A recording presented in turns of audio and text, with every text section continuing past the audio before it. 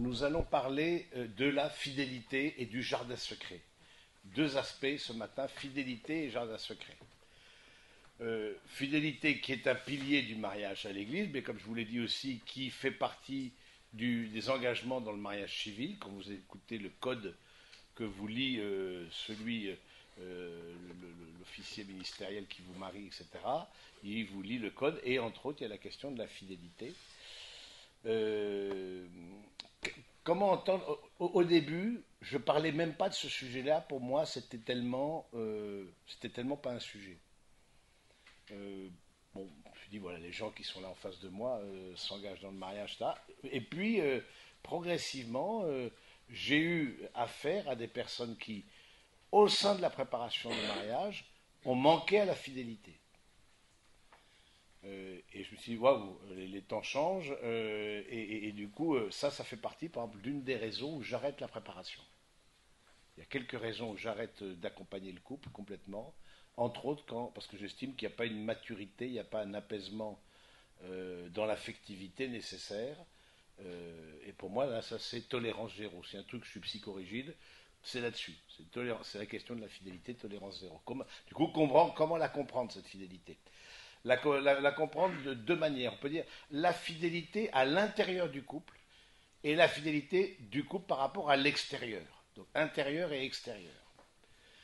Intérieur, c'est-à-dire dans la relation de couple elle-même. Fidélité, vous savez, ça vient de fides fidei en latin, qui veut dire foi, qui veut dire confiance. Tout ça, c'est la même racine. Comment vous pouvez me dire, mais comment est-ce qu'on peut manquer de fidélité à l'intérieur du couple? Oui, on peut manquer de fidélité sans aller voir ailleurs. On peut manquer de fidélité à l'intérieur du couple quand on ne rentre plus dans une logique de don. Quand on ne met pas la vie de couple en premier. Mais hier, on a vu avec la question de la vie professionnelle, quand par exemple, la personne met la vie professionnelle en premier, fait sa vie professionnelle l'axe de sa vie, et que la vie de couple doit s'ajuster à ça, ça c'est un manque de fidélité à l'intérieur, parce que ce n'est pas la communion qui devient le critère de décision. Et ça, on en a parlé hier soir, hier fin d'après-midi, plus exactement, avec vie pro, vie perso. Est-ce que c'est la communion qui est le critère de décision, ou est-ce que le couple est à la remorque de mon projet professionnel, par exemple, parce qu'on m'a donné une ascension professionnelle, une promotion, etc. Du coup, tout le monde doit déménager, tout le monde a famille, etc., etc. Et ça c'est pas en place. Vous voyez, on ne met pas un manque de fidélité à l'intérieur du couple, c'est de ne pas mettre le couple comme le cœur de tout, le critère de vos décisions. Comme le critère de vos décisions. Et là, je pense que ça, c'est un... Et puis, il y a une autre manière à l'intérieur du couple de manquer de fidélité en ne rentrant plus dans une logique de don. Il y a une forme d'enfermement. Il y a une forme de... c'est saint Thomas d'Aquin qui dit, en parlant des vœux religieux, vous savez, les vœux religieux, c'est en fait comment on appelle ça, une invitation, un engagement à la conversion des mœurs, comme on dit. Hein, Saint Benoît parle de ça, la conversion des mœurs. Le moine doit se convertir, par les vœux, il s'engage à un style de vie qui l'invite à se convertir. C'est-à-dire se convertir, c'est-à-dire se tourner vers le Seigneur. Mais il est déjà moine, il est déjà converti. Non, mais on ne termine jamais de s'ajuster à l'Évangile. Et donc, du coup, et Thomas d'Aquin dit, qui est un philosophe et théologien du XIIIe siècle, dit, le religieux qui cesse d'être dans une attitude de conversion, c'est-à-dire de travail, qu'on dirait de travail sur soi-même aujourd'hui, dans un langage plus psy, je vais dire, qui cesse de se convertir, eh bien, il a déjà rompu ses vœux, même s'il n'est pas allé voir une femme, même s'il n'est pas, je sais pas quoi, il n'a pas désobéi ou s'est pointé avec un bien de luxe, etc. Voilà, il n'a pas manqué gravement à la pauvreté, la chasteté, l'obéissance. Même si extérieurement il a gardé les choses, dans son cœur, il a manqué à la fidélité, parce qu'il n'est plus dans une logique de conversion. Et donc, appliquant ça au couple, je veux dire, on peut très bien manquer de fidélité à l'intérieur du couple quand on n'est plus dans une attitude de don l'un envers l'autre, de se convertir, de se tourner vers alors se tourner vers l'un vers l'autre, vers le conjoint, et se tourner ensemble vers le Seigneur. Mais donc du coup, c'est intéressant de voir que, en fait, qu'est-ce qui fait le lit du manque de fidélité à l'extérieur? C'est vraiment de la tromperie.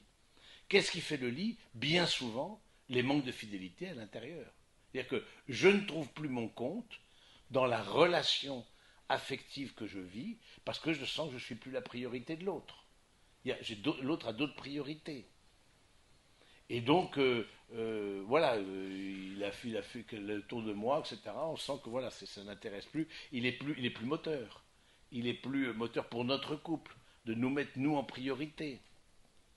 Vous voyez, de nous mettre, voilà, il est plus, euh, voilà, en général, ça commence aussi par une très grande espacement des relations intimes du couple, parce que la relation, comme je vous l'ai dit hier, la relation intime du couple renvoie à la relation tout court.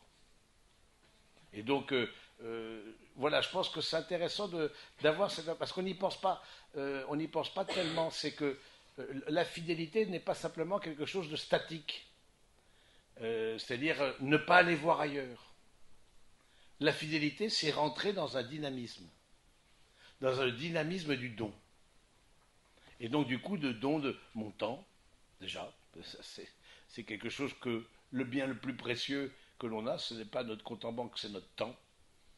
Parce que le temps, on ne le récupère pas. Don de mon temps, don de mon énergie, don de ma créativité, don de ma sensibilité, don de ma spiritualité, don, voilà, je rends, et mutuellement, parce que c'est là où ça commence à être compliqué, quand c'est plus mutuel, quand c'est plus réciproque. Qu'il y en a un qui donne pour le couple et l'autre, en fait, il regarde vers l'extérieur du couple. Donc il est déjà dans un manque de fidélité. Il n'est plus dans le couple, il regarde à l'extérieur. Il ne regarde pas forcément une autre femme ou un autre homme, non, il regarde autre chose. Mais il n'est pas de son regard, son cœur, quand on dit le cœur dans la Bible, c'est-à-dire l'orientation de sa personne n'est plus à l'intérieur du couple. Oui, donc ça, c'est le manque de fidélité à l'intérieur, donc d'un manque de dynamisme, de manque de priorité. Et puis par rapport à l'extérieur, ce qu'on appelle les tromperies et l'adultère, qui est quand même, ne l'oubliez pas, à la racine de l'immense majorité des séparations. C'est l'adultère. Donc ne vous pensez pas au-dessus des autres, ne dites pas Fontaine, je ne boirai pas de ton eau.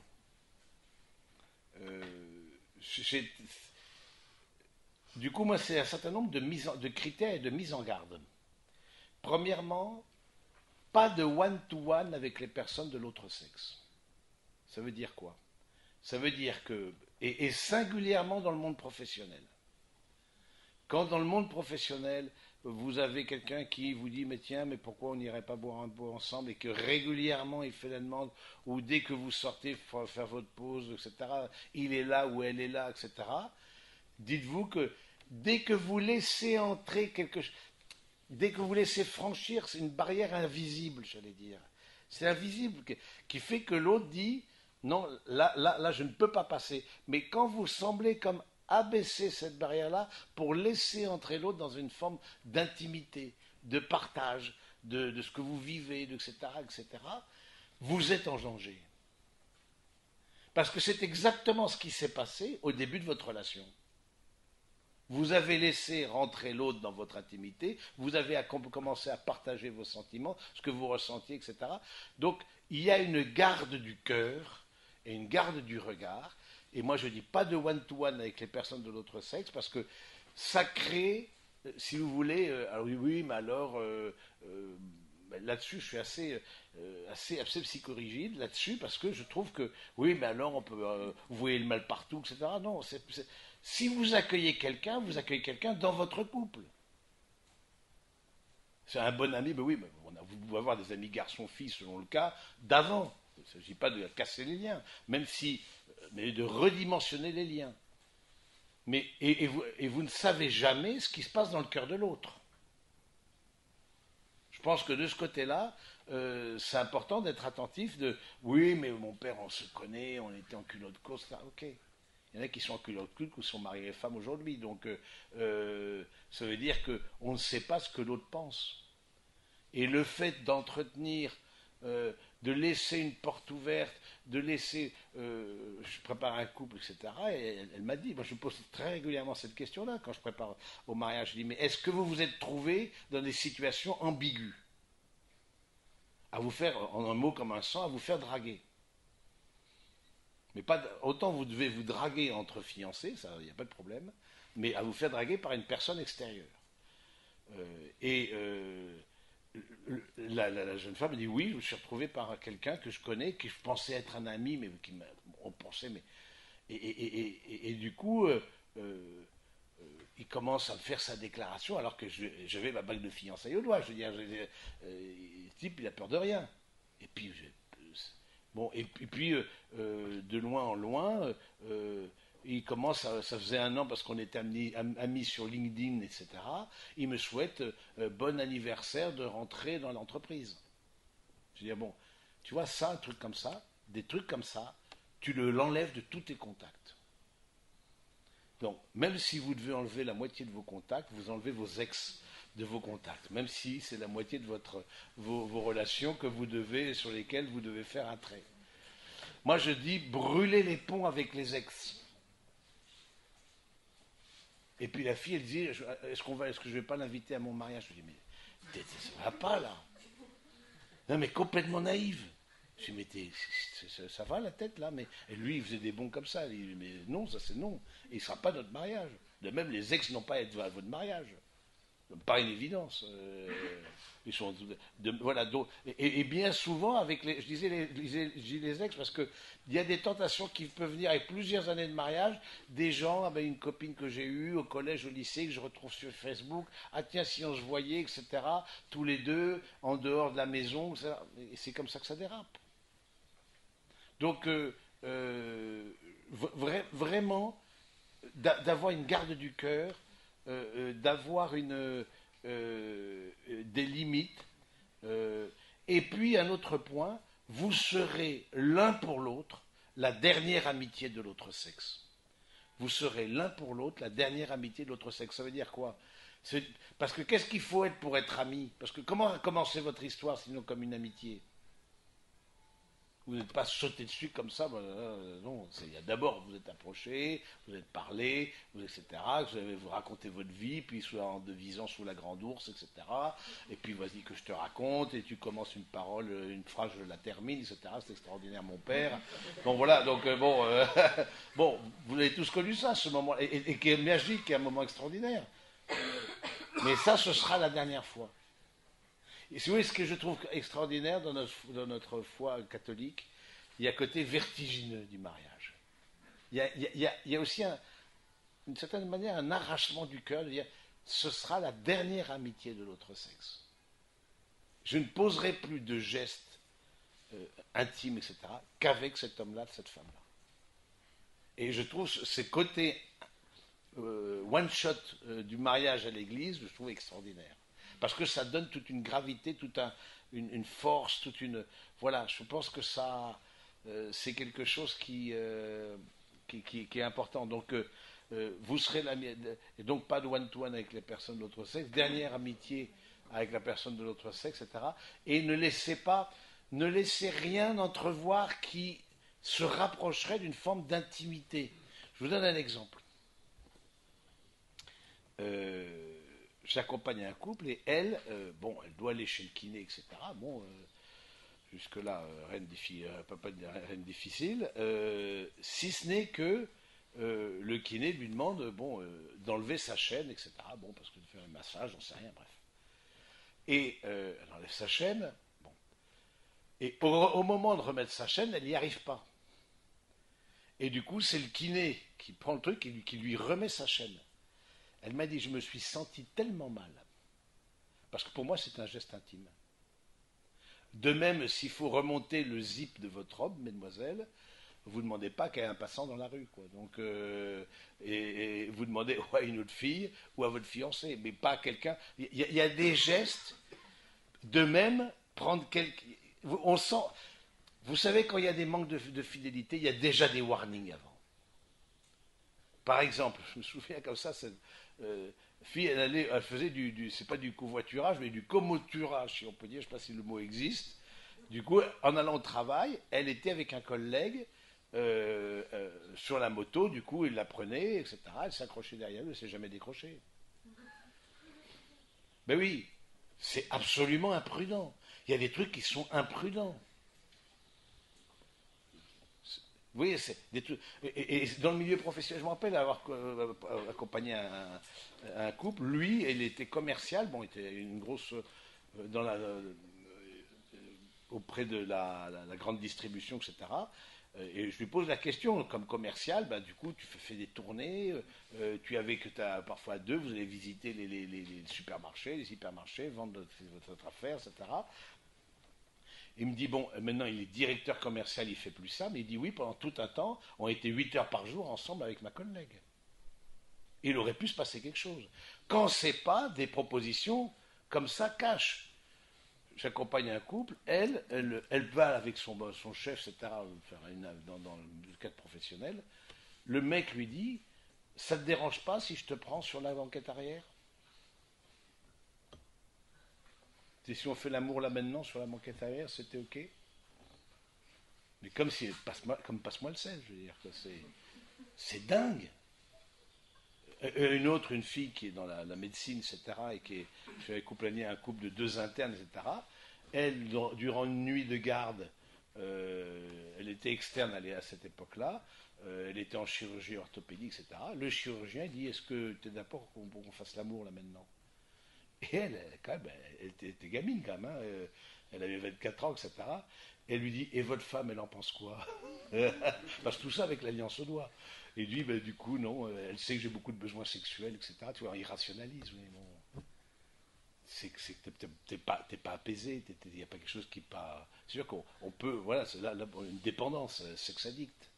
Oui, n'oubliez pas que vous êtes dans un monde où la question de la fidélité n'est plus au rendez-vous. Ou voire vous avez des sites qui vous invitent à l'infidélité. Soyez doublement fidèle, comme on dit. C'est-à-dire vous avez votre épouse et vous avez quelqu'un d'autre. Votre mari et quelqu'un d'autre. Donc, parce que c'est tellement destructeur ça. Parce que j'accompagne des couples qui ont été blessés par l'infidélité. Et qui souvent va avec le mensonge. Parce qu'à un moment donné, l'autre l'a découvert. L'a découvert à travers un portable, oui, comme ça, cette jeune femme, etc. Sans vouloir. Alors, si vous commencez à fouiller le portable de l'autre, dites-vous que ça ne va pas. Il y a quelque chose qui ne va pas. Parce que ce n'est pas ta jalousie qui va être gardienne de sa fidélité. Ça, en aucun cas. C'est pas en étant possessif ou possessive qu'on garde. Non, ça fait plutôt fuir. Hein. Plus tu me suis, plus je te fuis. Hein, non, c'est de se dire qu'il y a là quelque chose qui n'est pas en place. De voir que. Donc, c'est pas le fait de. Mais il se trouve qu'elle est tombée sur son portable, lui a demandé ça. Et elle a découvert, comme ça, sans vouloir, un texto comme ça d'une des filles, un texto un peu salace, etc., sans équivoque. Tu es l'homme de ma vie, tu es monsieur, machin, etc. Mais il dit à son mari, c'est quoi ça? Ah, mais il ne s'est rien passé. Vous voyez, c'est. Et du coup, forcément, ensuite, mais c'est pas en fliquant l'autre qu'on garde l'autre fidèle. Certainement pas. Donc cette question de la fidélité, de ne pas baisser les barrières, de garder, on ne se confie pas à une personne de l'autre sexe, surtout de ce que l'on peut vivre dans son couple. Oh, tu sais, avec mon mari, en ce moment, c'est pas. Du coup, je m'épanche comme ça avec l'autre, etc. Et puis même, je pense que les questions de prudence, de distance, je me rappelle comme ça cette jeune fille, etc., qui est vraiment une jeune fille tout à fait saine, etc., et qui. Mais très bon public.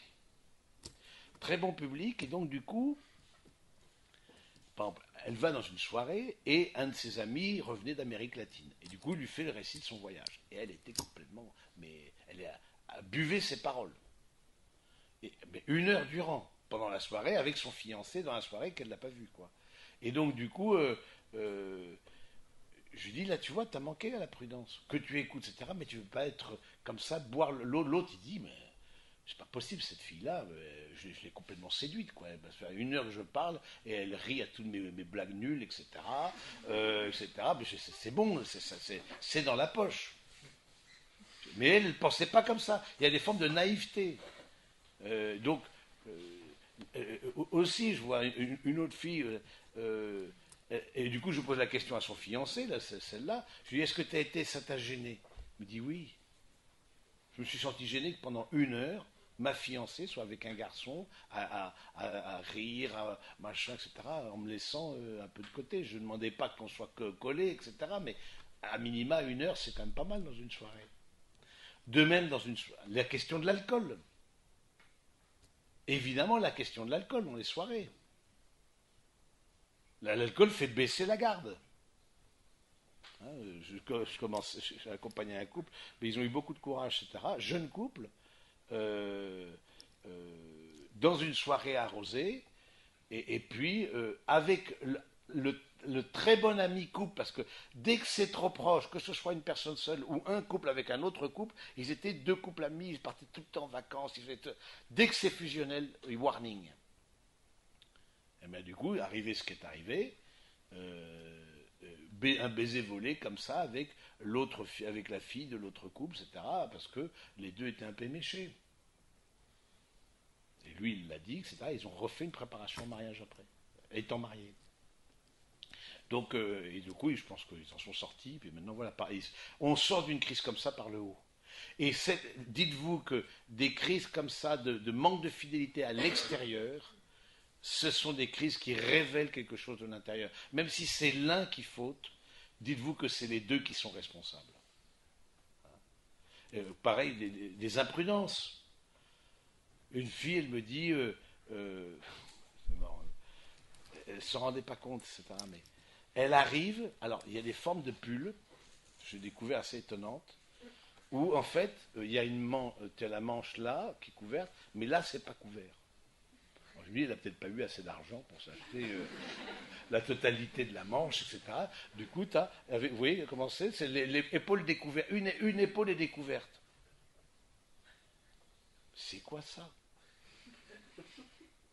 Là, dans le secteur, il y a 2 habitants, les sangliers et les moines. Je veux dire, tu sais quoi, ton épaule dénudée, là, tu me fais quoi, là? Je lui ai dit, c'est quoi ce truc-là? Ça, c'est non. Je veux dire, bon, voilà, alors, on était en plein hiver, en plus, etc. Bon, comme là, vous soyez un peu... avec l'été, je veux bien, mais bon, mais... même, je me rappelle comme ça, une fille qui arrive, etc. C'est la première rencontre, hyper maquillée, je pensais qu'elle allait en soirée. Elle venait juste me voir. Je lui dis, ça ne va pas s'amuser beaucoup hein, avec moi.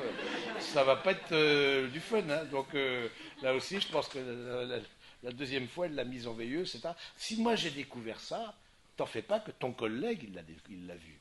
Si tu arrives comme ça au travail, t'en fais pas que si moi, homme, j'ai vu, je me suis dit, tiens, cette fille-là, qu'est-ce qui se passe? Moi, je lui ai dit. Mais son collègue l'a vu, il dit, cette fille-là, elle cherche quelque chose. Hein, de même, cette fille qui, enchaîne 7 danses d'affilée avec le même cavalier. Mais mon père, il dansait comme un dieu. Et mon fiancé comme un pied. Donc, le fiancé à côté. Et donc, mais je lui dis, au bout de la 3e danse, je t'assure que ton cavalier a arrêté de penser au Sacré-Cœur de Jésus. Ça, je te le dis tout de suite. Ça, c'était pas sa priorité maximale. Hein. Ça, si tant est que ça le fut, même dès la première danse. Mais voilà, c'est imprudent. C'est imprudent. Ne vous mettez pas dans des situations où on pourrait laisser penser que. Vous voyez, vous ne mettez pas dans des situations comme ça. Vraiment. Et surtout qu'il y a des warnings. Et du coup, parfois, on veut se prouver qu'on plaît. On veut se prouver qu'on a encore du sexe à pile. On veut se prouver quoi. Non, tu n'as rien à prouver. Si tu as quelqu'un qui t'aime, qui a dit oui pour la vie, qu'est-ce que tu veux prouver à d'autres personnes extérieures, étrangères? Non. Oui, donc je pense que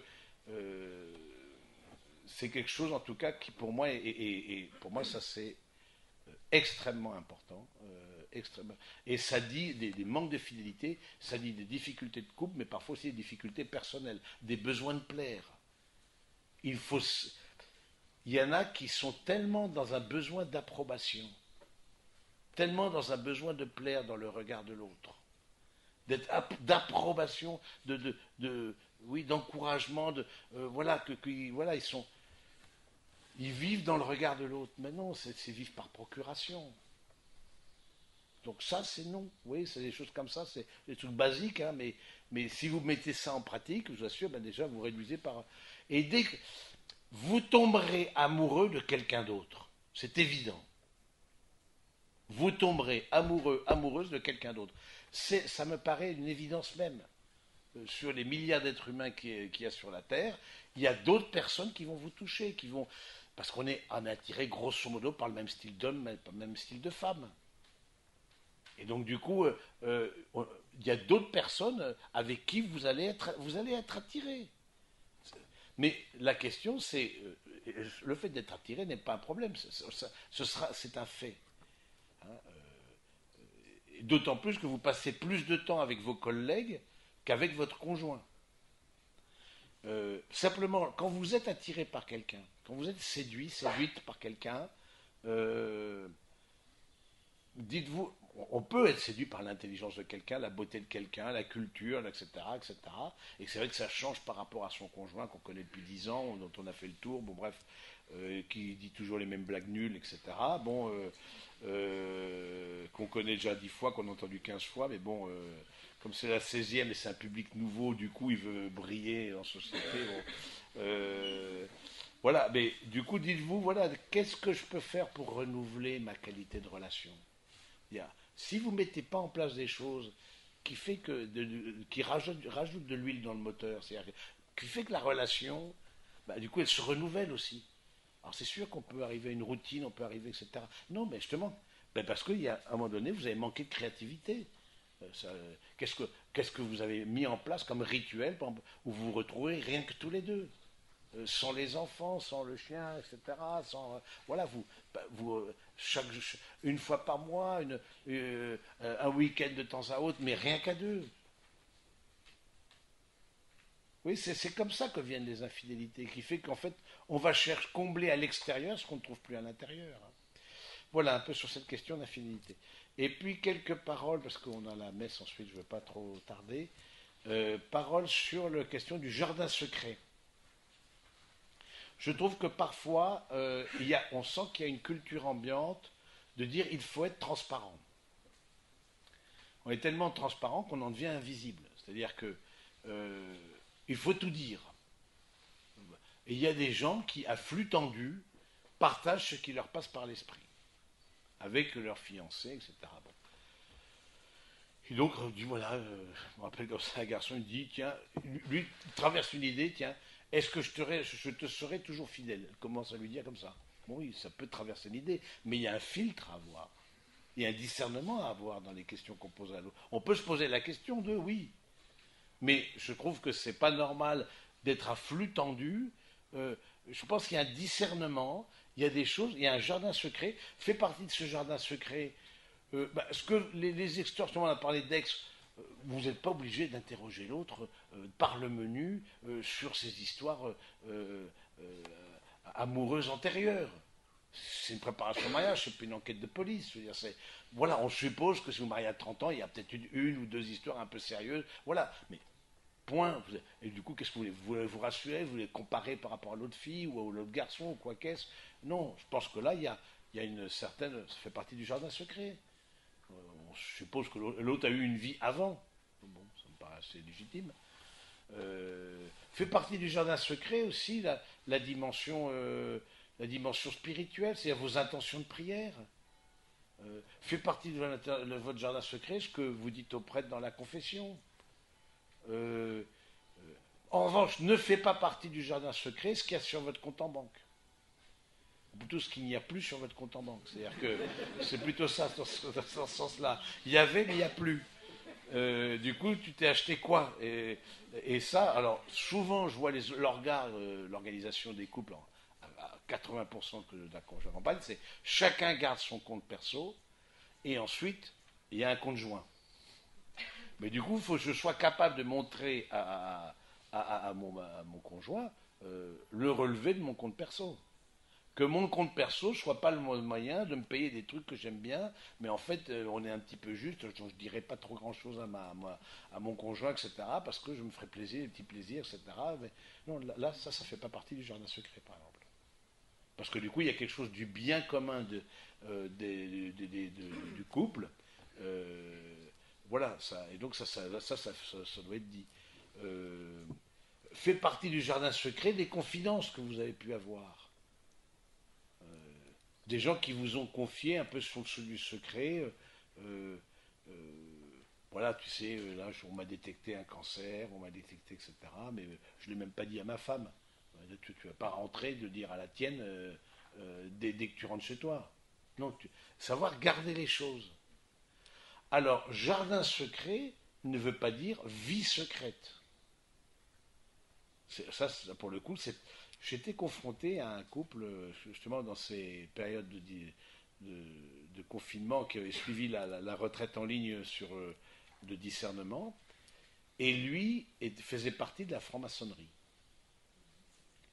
Lui faisait partie de la franc-maçonnerie. C'est-à-dire qu'il avait toute une vie secrète. Eh bien, finalement, ils ont rompu. Parce que je pense que, très clairement, en faisant partie de la franc-maçonnerie, il y a des choses que vous devez cacher à votre conjoint. Et ça, je veux dire, ce qui fait que c'est pas compatible avec un mariage à l'église. Et lui, ben, voilà, elle a dit, bon voilà, il était prêt à abandonner la loge dans laquelle il était, etc. Mais la franc-maçonnerie, bon, ça a une emprise très forte, je veux dire, dans le sens où ça prend très de l'intérieur, parce que ça vous donne une sorte de pouvoir, accès au téléphone de gens qui sont influents, de gens qui sont importants, etc., de politiques, de chefs d'entreprises, voilà, de gens qui font l'opinion, de médias, etc., parce que, mais du coup, vous êtes obligé de cacher une partie de votre vie, parce qu'il y a des choses qu'on dit entre frères, comme on dit, entre frères, hein, on parle de frères dans la franc-maçonnerie, qu'on ne doit pas dire au conjoint. Oui, une vie secrète. Ça, c'est pas possible, ça. Hein. Jardin secret, vie secrète, c'est pas pareil que vie secrète. Donc, du coup, une vie parallèle. Des choses que, voilà, vous avez une autre vie, ou pendant, je sais pas quoi, pendant un déplacement professionnel, etc., vous avez tout à fait une. Ça, c'est pas ça, jardin secret. Ça, c'est déjà le début de la tromperie. Donc voilà, je pense qu'il y a un discernement à faire, et ça on n'en parle pas beaucoup, du discernement à faire dans la parole. On n'a pas flux tendu à confier toutes les émotions qui nous traversent l'esprit, etc. Il y a des choses à garder pour soi. Alors, c'est un jardin secret, c'est pas une forêt amazonienne secrète. C'est-à-dire que c'est pas où il faut aller avec la pique, la pioche, etc. pour tirer une demi-émotion de monsieur, pour qu'il lui dise ah oui c'était bien. Non, ça c'est au secours là. Là ça va être compliqué là. Hein. Mais voilà, je pense que voilà mes amis. Est-ce que on a 2 minutes un peu pour des questions? Est-ce que ça vous a oui, Alba.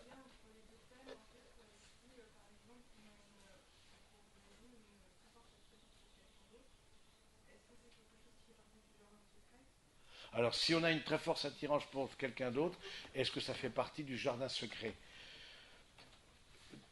Tout dépend si cette personne, vous êtes amené à la revoir ou pas. Si il y a une personne, c'est dans une soirée, et du coup tu as été séduite à Alban par cette personne-là, et tu t'es dit, voilà, où on peut être excité par un homme, par une femme, mais quelque chose de passager. Je pense que ça fait partie. En revanche, si c'est quelqu'un qui est un collègue de travail et que je suis amené à revoir, avec qui je passe de longues heures, etc., je pense que c'est bien d'en prévenir l'autre. De dire, écoute, là, je suis séduit, tout séduit par cet homme-là, et du coup, je vous donne un exemple. Dans d'autres retraites de préparation au mariage, parfois il y a des couples qui venaient témoigner, etc. Et j'invite un couple de mes amis qui ont une cinquantaine d'années, 5 enfants, etc. Bon, archi impliqués dans la vie de foi, etc. Lui, vraiment un type hyper droit, pas du tout dragueur, mais pas du tout, vous voyez, mais vraiment un homme d'une sobriété, très discret, très bon. Vraiment un super couple. Lui change de travail. Il passe de l'industrie à la banque. La banque est un monde très féminisé. Et du coup, il sympathise avec une de ses collègues. Jusque-là, voilà. Vraiment, il ne s'est rien passé. Et il décide d'inviter cette collègue avec son mari chez lui, avec sa femme, etc., pour un dîner. Bon. Le couple part. La femme lui dit: Est-ce que tu te rends compte que tu es amoureux? Il n'en avait pas pris conscience. Il n'avait pas pris conscience qu'il était attaché. Et le lendemain, il posait sa démission. Voilà, s'il y a des situations, ben, il dit oui, je ne peux pas me mettre en danger, etc. Et vous retrouverez des gens avec qui vous allez accrocher, qui ont le même niveau d'études, qui ont la même appétence, les mêmes goûts, peut-être les mêmes convictions aussi religieuses, les mêmes, etc., avec qui vous allez, même les convictions politiques ou sociétales, vous allez être raccord sur beaucoup de choses. C'est pour ça qu'il n'y a pas l'homme de ma vie, la femme de ma vie, ça ne veut rien dire. Il y a des tas de personnes avec qui on peut faire une vie, heureusement.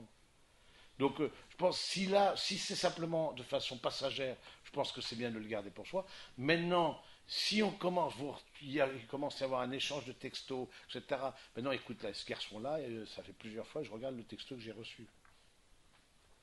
Du coup, je crois que c'est important que ça rassure l'autre. Je dis, voilà, je pensais pas du tout, j'ai rien fait pour ça. Regarde le texto que j'ai reçu. Bon, et ce qui fait qu'on est en transparence par rapport à ça, quoi. D'autres questions?